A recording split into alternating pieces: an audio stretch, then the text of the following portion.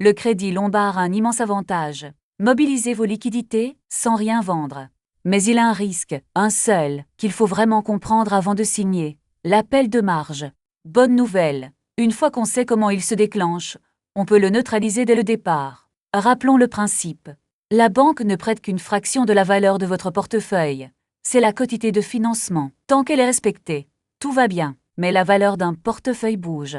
S'il baisse assez, le crédit pèse trop lourd face à la garantie. La banque vous dit alors, votre garantie ne suffit plus, rééquilibrez. C'est l'appel de marge. Concrètement, la banque fixe un seuil de couverture à ne pas dépasser. Deux choses peuvent le franchir. D'abord, une baisse des marchés, la valeur du portefeuille recule, mais le montant emprunté, lui, ne bouge pas. Ensuite, un actif qui devient plus volatile. La banque peut réduire la quotité applicable et la marge disponible se resserre. Un exemple, purement illustratif. Portefeuille d'1 million d'euros, crédit de 50%, soit 500 000 euros. Imaginons un appel de marge déclenché au-delà de 65%.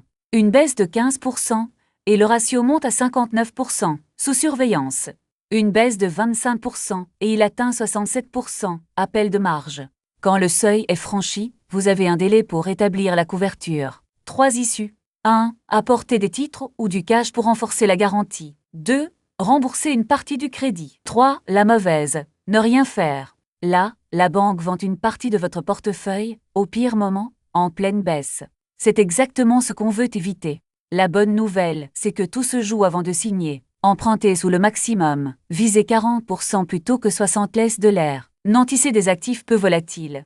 Gardez une réserve mobilisable. Suivez votre couverture et simulez une baisse de 20 à 30% avant de vous engager. Un montage prudent rend l'appel de marge très improbable. Pour le vérifier sur votre situation, parlons-en. Rendez-vous sur debfranceinvest.com.